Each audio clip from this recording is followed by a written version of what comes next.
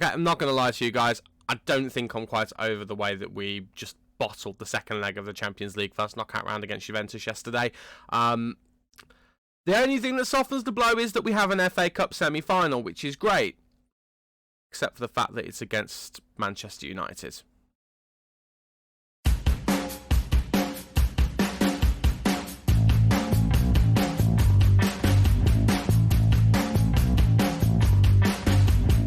Hello there, and welcome to Season 2, Episode 7 of Let's Go Hammers. I'm StuBo. Thank you very much for joining me today, where we are going to be playing against Manchester United in the FA Cup, and then I think we're probably going to do the game against Liverpool in the league as well. If all of that sounds like a plan to you, please leave a like on the video and consider subscribing to the channel as well for more Football Manager awesomeness. Since you were last with me, we played a bunch of games, we've won a bunch of games. That seems to be the trend we do in this season.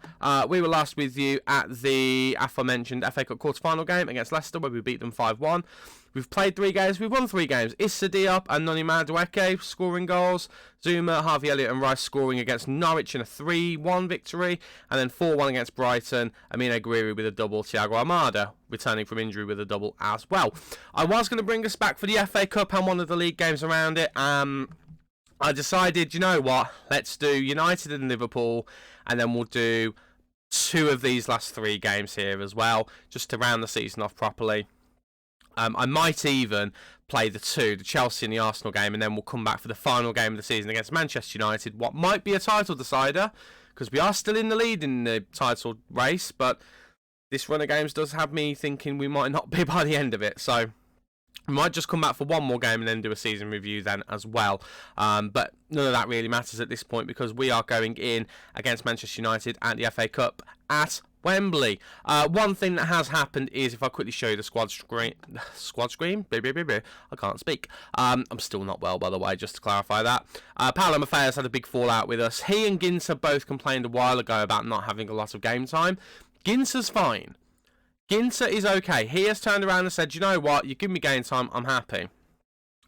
Paolo Maffea threw a massive wobbly and was like, I'm not happy about this. Now, if I show you the form stat, now, ignore Brighton and Norwich, because he's been left out of Brighton and Norwich since then, because I've had enough of him. And ignore this one where he was suspended as well. And I'm pretty sure one of these he was also injured. But does this look like a player who's not been playing regularly?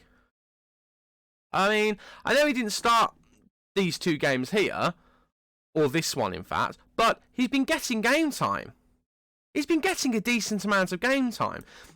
And there's been a few performances here where he hasn't deserved game time. I mean, the 6 against Juventus was atrocious. I don't really understand quite what his issue is. If we compare that with Ginter's recent run of games, I mean, it's pretty similar, if we're being completely honest with us. I mean, okay, he's got that block there, but it's a similar block of games, and Ginter's all right with it. But Maffea's decided he's not. So Maffea's on the transfer list. The bid's already come in from Borussia Dortmund. I'm happy to see the back of him, to be quite honest with you. But enough of that nonsense. We're going to get to the Manchester United game, and this is the 11 we are hoping gets us to the FA Cup final. Remember, I said at the beginning of the save, I want us to win the FA Cup. So let's see whether we can do that. Not today, but let's see whether we can get ourselves to the final today. So, it's Lafont in goal, Maitland-Niles, Diop, Zuma and Cresswell in defence, Soucek and Rice in midfield, with Bowen, Hadji and Madueke supporting Brenner up front. The reason Brenner is starting is because Julian Alvarez had actually been injured for the last game, and we've just brought him back. We don't want to rush him too much. Same reason why Almada's not starting today. He started the last game, back from injury, but we don't want to push him too far. We want to make sure he comes into the team properly. So that's the 11. You can see the bench is just there. Let's do this. Let's go. If you were to say to me when I first started this save, Stu, Season 2, what's going to happen is you're going to get out of the Champions League group, which is fine, but you're also going to get to the FA Cup semi-final, and you're going to be in the lead of the Premier League at the beginning of April. Sound good to you? I'd be like, well, you know what? Yeah, that sounds great, yeah. I still don't understand it, to be perfectly honest with you. So we have to put all of this into context. I thought Hadji had done... He's done Ronaldo there. I thought there was going to be a penalty. There has been a penalty. It's a delayed reaction. It is such a delayed reaction. I thought we'd got away with one now, and I thought Ronaldo... I mean, look at him. Look at Ronaldo. He's just... That's like the old man that he is. I did think it looked a little bit dramatic, and we have, in fact, given away a penalty, and... I'm disappointed, but it's Cristiano Ronaldo. Lafont saved it! Alban Lafont! Oh my word, that's the most alive I've felt in days. That's the first penalty save I've had in this save, and I'm delighted by it. Alban Lafont, the big game player that we never knew he was, has just saved a Cristiano Ronaldo penalty. What I was saying before all of that was, if we lose this game, it's not the end of the world, because we're only in Season 2. If we manage to achieve everything by Season 2, then I must just be a tactical genius. I don't think I'm a tactical genius, but I must just be a tactical genius. And I was going to say, if we end up losing, it's not the end of the world. But if we do end up winning, it's fantastic. And Noni Madueke, my voice is going again, Noni Madueke has just put us ahead against Manchester United in the FA Cup semi-final. What is happening? Oh my word, Hadji does great work to keep a hold of the ball here. Gets it into Soucek, who whips it over to the far post. And Madueke, who really has been a consistent threat in this West Ham team. He has been in the side, not necessarily being the man of the match every time, but he comes up with important goals and important assists. And I'm just going to pause this for a second, because I've just realised West Ham United, West Ham. I mean, that's a little bit imbalanced, so bear with me 1 second. There we go, that's much better. West Ham this side, and United that side. That'll do. That'll do plenty. Wow. I mean, I keep saying, this West Ham team has the potential in it to beat anyone. Hadji is just... He's got Ronaldo in his back pocket. I've just seen that Madueke's picked up a knock as well, which is a bit frustrating. Brenner's in here. Brenner hit the woodwork twice in... it was the game against Southampton that I think you guys saw. Was it against Southampton or was it against Leicester? I can't remember. I remember a game where he's hit the woodwork twice. He has actually scored another goal since then, which is really good. Oh my word, Luke Shaw has fouled Jared Bowen, and I think we are getting a penalty of our own. Oh, the drama in this game. I was literally putting off recording this episode because I didn't want to put myself on a downer because I knew we were going to lose it. And yet here we are in the 36th minute, potentially going 2-0 up. And we have, and Thomas Soucek has made it 2-0. And we might be coming back to Wembley for the final. I might need to get my suit ready. What is happening? What is happening?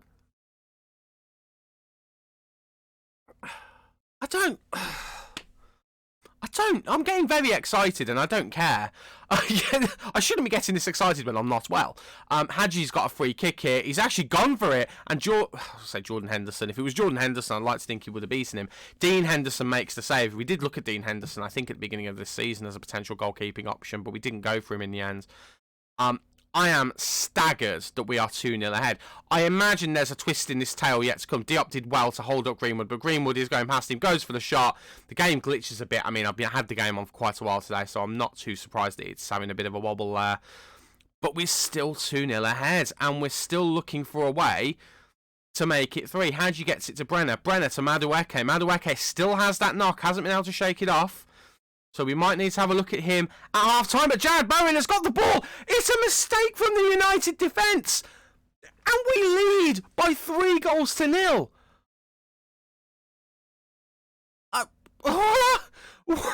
What is happening? It's all from Madueke again. He has been a consistent threat all season, even if he's not been the most spectacular. He whips the ball in. The defence are a shambles in attempting to deal with it. And it comes to Bowen, and Bowen makes it 3. And at half-time, we have a 3-goal advantage against Manchester United. I don't quite know how. We're going to have a quick nose at Madueke. He has got a potential knee injury, so as much as I want to say, let's just leave him on, we're not going to. We're actually going to bring on Gawiri. In an ideal world, I'll leave Madueke on, but I don't want to risk that injury. We'll just say that one. Gawiri, again, has been a solid squad player for us this season. I brought Diallo on for Ronaldo. That is mind-blowing to me. The question is, can we... Oh, apologies. Still got that cough that appears every now and then. I actually can't remember what I was saying. It's probably something to the effect of, I can't believe we've made Cristiano Ronaldo have to be substituted off. The world's best player at different points in history, back at the club where he made his name on the biggest stage, and we've forced him to be substituted. Rashford's in here. I would be surprised if this doesn't end up being a goal. We have forced him wide, though, which is good. And Jared Bowen with the pressing there, doing a great job of making sure that cross didn't end up in the box. They're about to go back into the midfield. Diallo gets it to Greenwood. Greenwood into Diallo. It's going to be... No, it's not. Lafont. Alban Lafont. I question whether signing him over Onana was a good idea. I don't regret that decision. He's having a great game today, and we are still somehow with a clean sheet. I'm taking nothing for granted at this point. Guiri, by the way, has had a shocker since coming on. I'm starting to wish that I actually did bring Armada on. I'm looking at fitness. Jared Bowen's a bit... Not Jared Bowen, sorry. Declan Rice is a bit tired, so we might actually make the change for him. He had a decent game, nothing spectacular, but he's also the most tired. So let's bring on Grealish. Let's get him defending in that midfield slot. Bit more energy, bit more physicality in there. And let's see whether... we can just see this out. United are piling the pressure on. We were well ahead of them in terms of attempts and things like that, and they have closed that gap and actually, I think, gone past us on that now. They do have to score 3. Oh, my word, and they nearly get one back there. They do have to score 3 in order, obviously, to level things with us. What do we do? What do we do? Because we need to hold off. The last thing I want is a Juventus situation happen where they just blitz us. I don't want that to happen. The defence are doing okay apart from Maitland-Niles, so we're actually going to bring on Ginter and we're going to leave him at fullback, and he's going to be fullback on support, and he can deal with that. In fact, no, do you know what? We're going to swap him and Kurt Zouma around. Kurt Zouma's got a bit more pace, so he can hopefully deal with Rashford, and we're just going to go with that, I think. I do want us to try and get the midfield involved a little bit more in terms of defending. So we're going to drop the lines back a little bit, which I don't really like doing normally. We're also going to go narrow. I'm going to go with that, I think. Main reason I want to do that is because I'm just worried about Rashford and Diallo cutting inside. So if we go narrow, and then I think if we go and do this stuff now, this is just going to hopefully help us see the game out. That's the plan anyway. That's the plan, and I think it's a plan that has been almost perfectly executed. We have got a late free kick. Diop was on the end of it. Cresswell's got it here. Cresswell goes for the shot, and Aaron Cresswell, who has had a very mixed season, the only registered left-back at the club, has just scored an absolute worldie to confirm our place at Wembley in the final. I'm praising... What a hit, and Henderson gets a hand to it. He can't push it away. It's his first goal of the season, Aaron Cresswell. He's been second choice all the way through until Renan Lodi's injury, until Lodi was recalled by Atletico after breaking his leg. And he seals the game for us with an absolute worldie. Wow. Wow. I'm absolutely speechless. I genuinely am. I mean, funnily enough, I'm quite happy with that, boys. Well done. That save by Lafont was huge in that game. Absolutely huge. And rightly so. Man of the match. And I think we have to, before we do anything else, we praise him.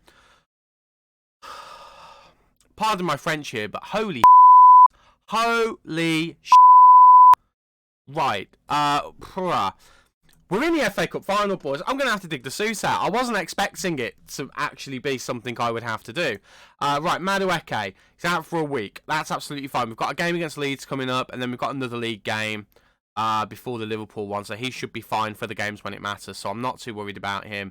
As I said in the intro, it wasn't even the intro, I think. As I said when I started the episode, I think we're going to come back for the Liverpool game. It's at home. The last time we played them was in the FA Cup. We beat them. The last time before that we played them, it was at Anfield. They beat us. So we're currently 1-1.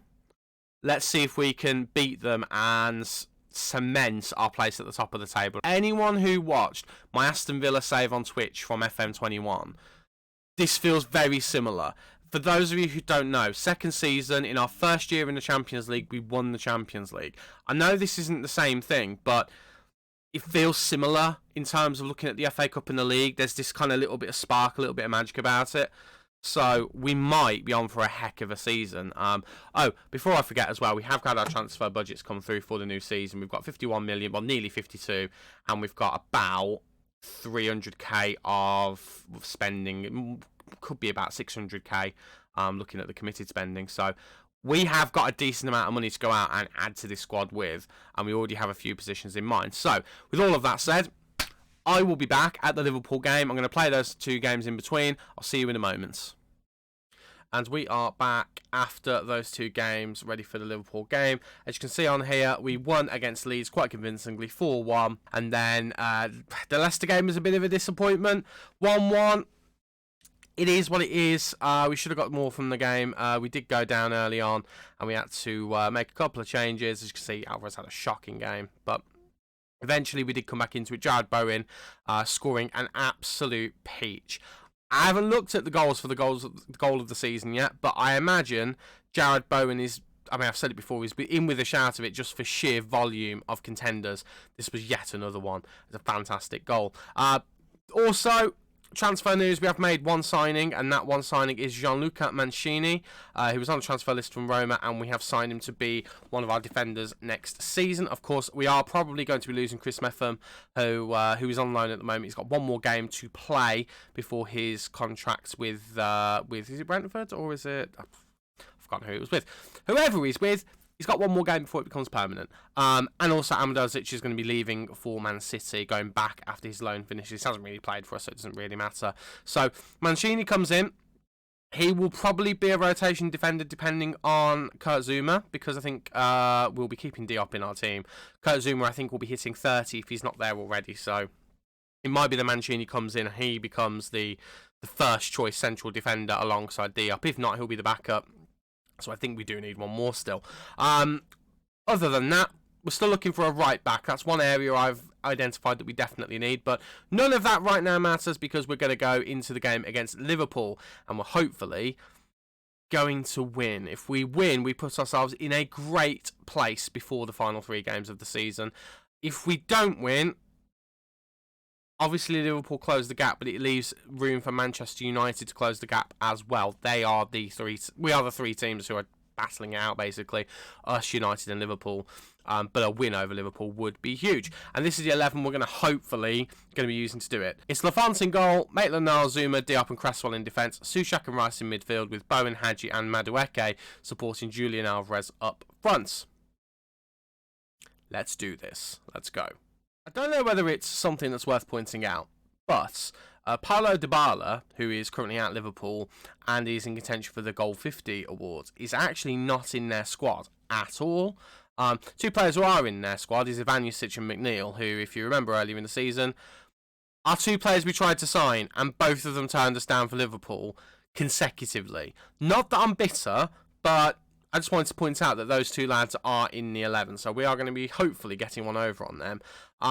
Again, we have to remember, we are not meant to be in this position. We are overachieving massively, and we might be overachieving even more. We've put it in the back of the net. Madueke wheels away in celebration, but the referee's having a look at it. It might get disallowed here.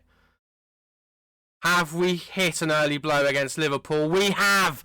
Oh my word, we have. Liverpool are behind in the 5th minute. Zouma flicks it on to Madueke, and Madueke makes it 1-0. I was getting the excuses in earlier. I was getting the excuse of we're not expected to win the league this season. It would be, I was going to say it would be Leicester-esque, not quite as impressive as when Leicester did it, but it would be Leicester-esque, a team that realistically you wouldn't expect to have any business being at the top end of the table, going and winning the title. It would be insane if it does happen, and we're giving ourselves a great chance. Obviously, there's still 3 games to go after this one, but my word, what an opportunity we are giving ourselves. Van Dijk with a deep free kick for Liverpool. Pass it to Ivanisevic, and Ivanisevic, I don't know if it's Ivanisevic or Ivanisevic. I go with Ivanisevic. Running with it. We do tackle him, though, but it only goes as far as Benjamin Pavard. What a team Liverpool have built in this save, by the way. They've got Pavard at right back. They've brought in Paulo Dybala. They've still got Mo Salah, who's going to try and whip the ball in. He does to Ivanisevic, and that one hurts a little bit. That one hurts a little bit. Luka Ivanusek, who we was going to sign, we came in for him. Liverpool came in for him after we put our offer in. And he goes and does that. That one stings a little bit. Go away. I don't want to see a stinking goal. Go away. Liverpool are a very good team at the end of the day. If they beat us today, it's no reflection on us. It's a reflection on how good they are, because they do have a team of superstars. Curtis Jones, Rice, Pavard, his shot is blocked. Oh my words. What? I did not see what was happening there. Liverpool have kind of come back into this half. We need the half-time whistle. We have the half-time whistle, and we're just going to point the finger, say that one. Not happy with your defensive work. Not happy with your playmaking efforts. Not happy with your finishing. Just try and motivate everyone. Maitland-Niles and Aaron Cresswell are both having bad games. Maitland-Niles is going to be shattered.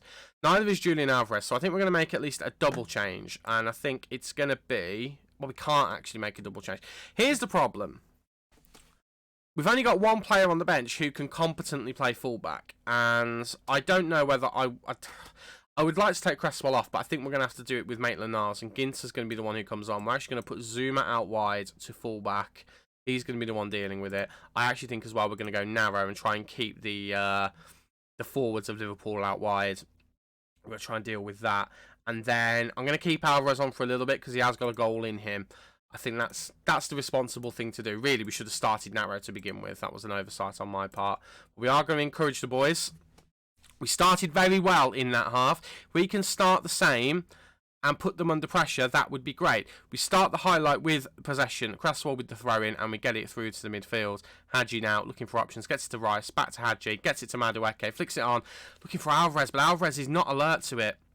And all of a sudden, Liverpool coming in here, but Ginter just manages to mop up the loose ball. Lafont clears it all the way down the Liverpool half to the defence, but we haven't got anyone applying the pressure. Alvarez not interested in doing the running to try and get the ball there. And that's quite frustrating to me, because in my eyes, he should be doing that. But Souček's intercepted the ball here. He's looking to release Bowen. He does release Bowen, who gets forced out wide. We want him cutting inside. But he gets it to Alvarez. And Alvarez has the chance to put it in the back of the net, and he manages to completely fluff his lines. That actually might be enough for me to take him off. The problem being, Brenner is currently recovering from an injury, so he's not available. So we'd have to be bringing Amine Gouiri on. I might wait for the 60th minute, 65th minute. We'll give a little bit more time to Alvarez and see whether he can recover. Oh, Rice intercepts, but it's a loose ball. Ivanusek gets it to Sadio Mane, who's got no one around him, and Sadio Mane gets it into Firmino. Lafont doesn't do a good job, and we go 2-1 down, and I'm absolutely livid with Lafont with that. Absolutely livid. He's not done a good job there whatsoever. We go behind. I meant what I said when I was talking about if we win the league, it's insane, and it's not a shame if we do. Oh, what's Lafont doing? I'm going to demand more from the boys, because we've been good enough to get a result from this game. We really have. And I'm worried that conceding that goal... Oh my God, they're just playing with such confidence. Ivanusek's such a good player. Like, I was gutted we didn't get him anyway, but he has been fantastic for them so far. He genuinely has been. He's been the driving force in their midfield. Right, we're going to make some changes. Change number one is going to be, we are going to take Julian Alvarez off for Amine Gouiri. Gouiri has been a good super sub in the attacking role as the season's gone on. I want to bring Cresswell off, but we've got no options to bring on for him. So, I mean... Amadasic and Grilic, but I don't really trust either of them. Cresswell has been so poor, but I don't know what else we can do. We could bring him off, but there'd be no one coming on in that position who'd be comfortable. I mean, could Zuma go there? No, he can't. So I'm going to have to ignore it. I don't want to, but I'm going to have to ignore it. What do we do? Okay, we've made some changes. We've slightly altered the tactic. We've dropped Declan Rice down to be a defensive midfielder. And we've also, what else did we do? Ginter had already come on, I think. We've brought Gouiri on, and I can't remember who the last substitution was, actually. We definitely made another one. So Gouiri, Ginter. Do we have one more substitution? Have I forgotten another one? We do still have one more substitution, so we've not made that last substitution. So yes, it's Gouiri and Ginter are the two who've come on. And again, Declan Rice has just dropped down just to try and aid Aaron Cresswell on that left-hand side. We've also changed Aaron Cresswell to be on a more defensive instruction, in the hope that that can help a little bit on that side, because they seem to be having a lot of luck there. We've also changed the way that we're trying to defend against some of the players. Our midfield is shattered. We're going to have to make another change. It's going to be Grilic. who's going to come on. The play is still going on, actually, while we're currently going. And we have a corner. Will we see the corner? No, we won't. I'm going to try and get the players to fire up. We're going to go very attacking for this last little few minutes as well. We're just going to go for it. We are just going to absolutely go for it. Okay, I know this looks like a set of madness, but we've got a couple of minutes left. We're 2-1 down. We're just going to go for it at this point and just see whether we can just sneak something from these last couple of minutes. A loss isn't the end of the world. Again, I've said it before. We are lucky to be in the position we are because we should be nowhere near the title. And to be honest, 2-1 against Liverpool and to be as close to them as we have been and to feel disappointed that we've only come away with a loss. To be disappointed that we've come away with a loss, I think is pretty good. What it does mean, however, is that Liverpool now... The problem with that is Liverpool are literally so close to us in the table that it's not just us dropping points, it's them gaining points. That's had a double whammy effect. And we've now got games against Manchester United, Chelsea and Arsenal. Arsenal's the one I'm least worried about, but they can still do a job on us. They did a job on United a couple of games ago. The fact that we're first at the end of April is staggering to me. So I'm not overly worried about the fact that we've just lost that game. I'm just a little bit disheartened by it. And the fact that we've now got to go to Chelsea, Arsenal and Manchester United. I don't actually know where those games are. So we have got to go to Stamford Bridge. We then have Arsenal at the London Stadium. That one could be crucial to our chances of finishing top of the table. And then we've got Old Trafford, Manchester United away on the final day of the season. Again, we smashed them in the FA Cup, so maybe we smashed them there as well. This could go down to the final day. If Liverpool win their game in hand, they go level with points on us, but we stay ahead on goal difference. So the Chelsea game's a huge one. The Arsenal game is the one I feel the most confident on out of those three. And I'm glad I've got one that I feel at least somewhat confident on. If we just have a look at Liverpool's run-in for the remainder of the season. Let's have a quick nose. So they have... I mean, look at that. It's not comparable. Fortunately, they've got Manchester United, so they could actually cancel each other out. And they've also still got the Champions League as well. So Manchester United could do us a favour. Equally, Liverpool could do us a favour as well. I think I would prefer a United victory to a Liverpool one. Manchester United, on the other hand, obviously have Liverpool in one of their final games. So they have Liverpool, they have us, and the other games on Newcastle and Wolves. Wolves, I think they'll be able to deal with. Newcastle, I think, will be an interesting game for them. I mean, they're currently 15th, actually, so... I don't think we're winning the title. Again, I have to remind myself and say winning the title was always going to be a shock if we did it this season. It was always going to be. But the way that we kind of just capitulated in that game, the way that Lafont just didn't deal with that final goal, yeah, that's going to stick with me for a little bit, I think. That is going to stick with me. But let's look at the positives. We've still got an FA Cup final. It's an FA Cup final. I don't think I showed you, did I? It's an FA Cup final against Tottenham. We've got a derby in the cup final. And I don't know which way it's going to go. But we're going to leave things there for today. I'll be back in the next episode with the Arsenal and Manchester United games. And then we'll do a cup special to end the season along with a season review. That all sounds good to me. Thank you so much for watching. If you've enjoyed, again, please leave a like on the video. Subscribe to the channel. Share with your friends, anyone you know who likes Football Manager content. And I shall see you guys next time. Take care of yourselves and bye-bye for now. Cheers.